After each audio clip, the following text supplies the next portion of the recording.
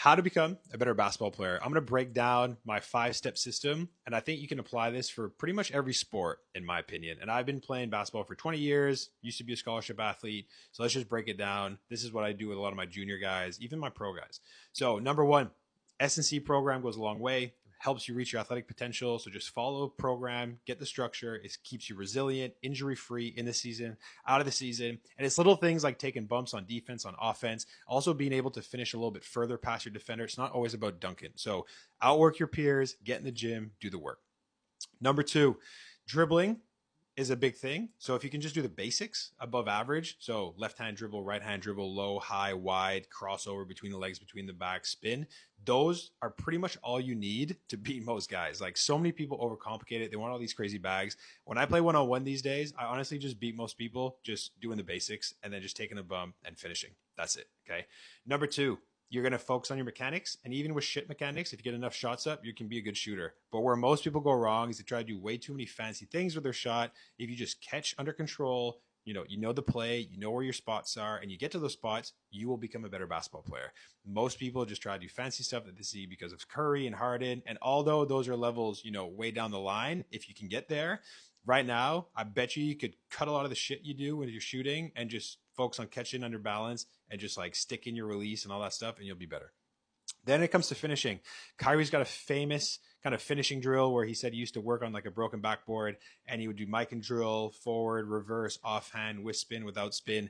I genuinely think if you did that a couple minutes every day, you would be so much better around the rim. And then if you can do it with contact and just get somebody to bump you every time you try to finish right hand, left hand, reverse, when you get into a game, it's going to feel way easier, right? So that's what I would do from a finishing perspective. Then it just comes down to making reads. And there's a few different things I would do here. Number one is just learn the game, watch more basketball, understand what people are doing, why they're doing it. If you just study the game, you'll get better.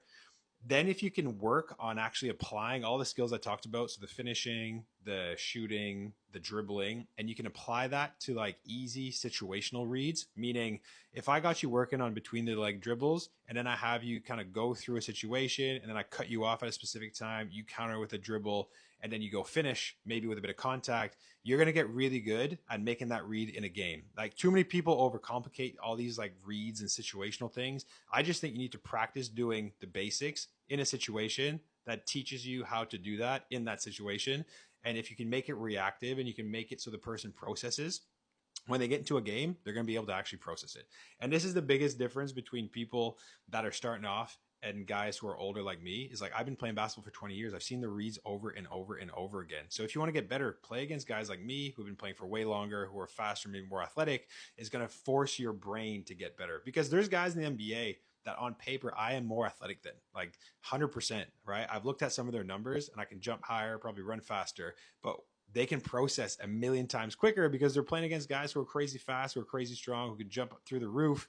So they have to get to that level of processing. So hopefully that makes sense. But if you apply everything I've just talked about and you keep it really simple and then you work on doing all of that in reads while getting more athletic in the weight room, I genuinely think you'll be an above average to elite basketball player.